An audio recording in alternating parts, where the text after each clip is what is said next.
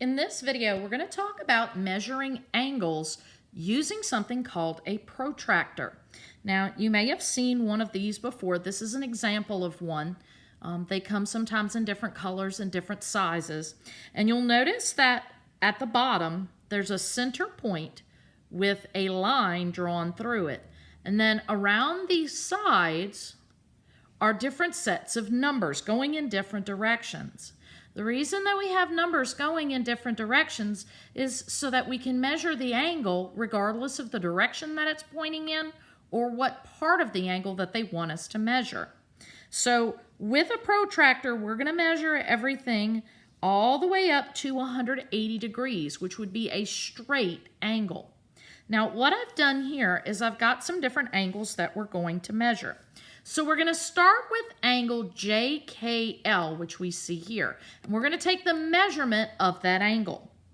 So to do this, we're going to take the protractor and we're going to line up the center point, the vertex of the angle, on that center point on our protractor. And then we're going to use that dark line that's right there next to it and line it up with the bottom of the angle. This will make sure that we're nice and straight when we measure the number of degrees on the outer line. Now, I'm going to use a blank sheet of paper just to make this a little easier. So what I'm going to do is I'm going to follow this ray of our angle to a degree measurement. So if I hold this here, you'll notice that it's right up here at the 90. So this particular angle measures 90 degrees. Now, if you remember the different types of angles, a 90-degree angle would be a right angle.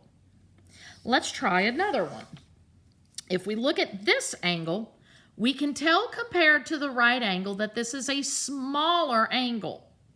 And if you remember, if an angle is less than 90 degrees or smaller than a right, we call it an acute angle.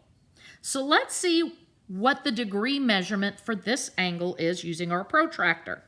We're going to line up the center with our protractor, and we're going to put the bottom with that line right there.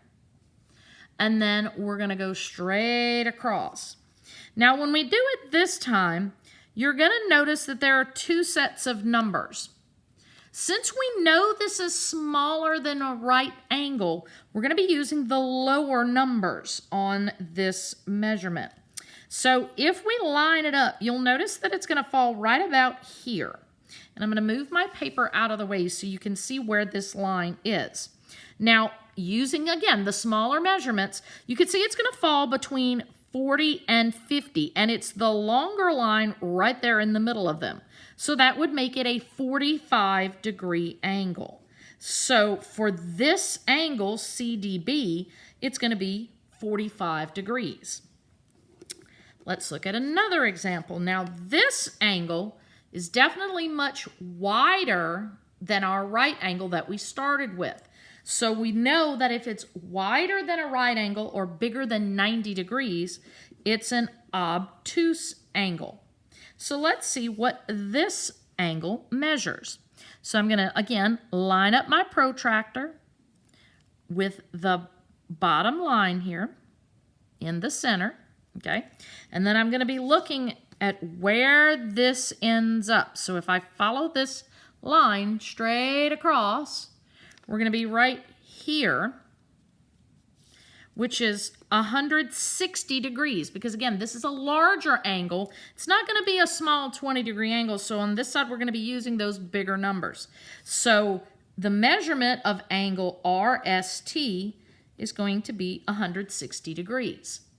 Now, you might be asking, well, what am I going to do if I encounter an angle that's facing backwards? Well, you can do a couple of things. You can turn it so that what's up in the air right now would be the bottom of your angle, and it would still work. But since this protractor happens to have both the lower and the higher measurements on it, we can actually just use the protractor and the angle the way that we see it. Just as before, we're going to line it up. The difference here is that our line is going to go in the opposite direction. Now, we're still going to measure up to the line at the top. Now, if you'll notice this time, remember, this is a smaller angle. It's got to be less than 90. It's much smaller. It's not that squared corner like an L. So we're going to use the smaller measurements on this side. Now, it's going to fall right about here. And it's going to be between 60 and 70, and it's on that longest line in between. So that's going to be at 65. So angle HIJ is going to measure 65 degrees. Now, remember, smaller than 90 is an acute angle. So since this is less than 90, it's going to be an acute angle. I hope this helps you in learning how to use a protractor to measure angles.